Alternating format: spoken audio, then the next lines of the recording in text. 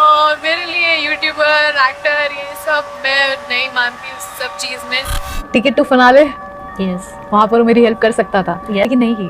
तो इसी से पता चल जाता है सांप डोगली कोई ना कोई चाहिए होता है। अगर ऐसे कोई चाहिए होगा ना, जिंदगी भर अकेली रह लूंगी, जिंदगी भर कुंवारी रह लूंगी और किसी चीज़ का गम नहीं है, किसी चीज़ की ज़रूरत नहीं है और किसी की ज़रूरत नहीं है। आई ट्राइड अ लॉट और मुझे उसकी बहुत याद आई। बाहर आई लगा था सबसे पहले उसको कॉल करूंगी।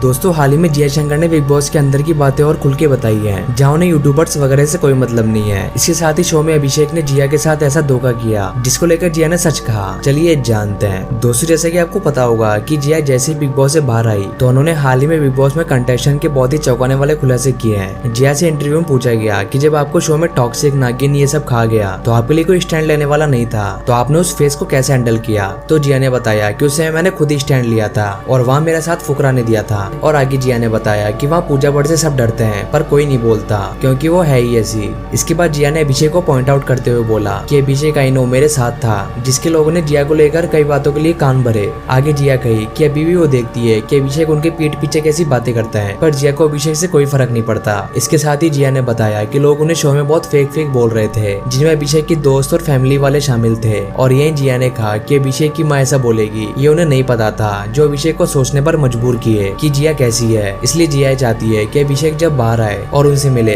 तब वो देखे कि जिया असल में कैसी है। इसके साथ ही जिया से पूछा गया कि जब अभिषेक की माँ शो में आई थी तो पहले वो हर जगह गई, बाद में तुम्हारे पास आई, तो क्या चीज आपको बुरी लगी थी। तो जिया ने कहा हाँ मुझे ये चीज बुरी लगी थी और थगेश ने जो उनके लिए कहा था उनसे भी उन्हें बहुत बुरा लगा था क्योंकि जिया असल में ऐसी नहीं है। इसके बाद जिया ने कहा कि अभिषेक बोलता रह गया कि मैं तेरा साथ दूंगा। हाँ मैं मानती हूँ कि उसने एक फ्रेंड के तौर पर मेरा साथ दिया, पर टिकट टू फिनाले वहाँ वो जिया की मदद कर सकता था पर उसने नहीं की और बीच में धोखा दे दिया। लेकिन यहाँ जिया ने उसका पूरा साथ दिया टिकट टू फिनाले तक जाने में। आगे जिया ने बताया इसी से पता चलता है कि दोस्ती यारी क्या होती है, दोगला कौन है ये साफ साफ दिखता है। इसके बाद जिया से एल्विश के बारे में पूछा गया तो उन्होंने एल्विश को लेकर कहा कि ये बहुत ही जेन्युइन बंदा है, जहाँ शुरू में दोनों के बीच अनबन हुई थी पर एंड में इनका बहुत अच्छा बॉन्ड बन गया था। इसके साथ ही जिया ने कहा कि वाइल्ड एंट्री कार्ड यानी कि एल्विश यादव इस बार बिग बॉस जीत सकता है। जिया से आगे पूछा गया कि अभिषेक एल्विश की फैन फॉलोइंग को लेकर इनसिक्योर हो रहा था, तो जिया ने कहा कि ये चीज मैटर नहीं करती कि फैन फॉलोइंग किसकी ज्यादा है। अगर फैन फॉलोइंग ज्यादा होकर भी एल्विश अच्छा नहीं खेलेगा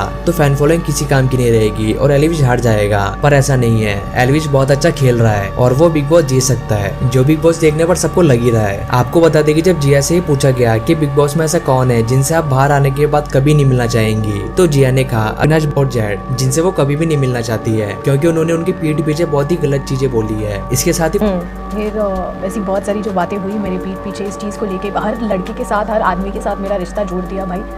इसके साथ ही फलक से भी जिया नहीं मिलना चाहती, जिनको उन्होंने टाटा बाय बाय कर दिया क्योंकि जब जिया बिग बॉस से आई थी तो उन्होंने देखा कि फलक ने उनके लिए कुछ ऐसा कहा जो जिया को बहुत बुरा लगा। जब जिया की पूजा से फाइट हुई थी तो उस लड़की को एक बार समझाने की कोशिश करनी चाहिए थी, न कि अपने लिए बोलना चाहिए था। तो आगे जिया ने बताया कि उन्होंने ये भी सुना है कि मेकअप करके आओ, एक्सटेंशन लगाओ, जिया को इंडस्ट्री में काम नहीं मिलेगा, ये सब का फलक ने। तो जिया ने कहा कि आप कौन होते हो ऐसे जज करने वाले। वैसे दोस्तों इस बात में आपका क्या कहना है कमेंट्स में जरूर बताइएगा और ऐसे लेटेस्ट अपडेट्स के लिए चैनल को सब्सक्राइब जरूर कीजिए।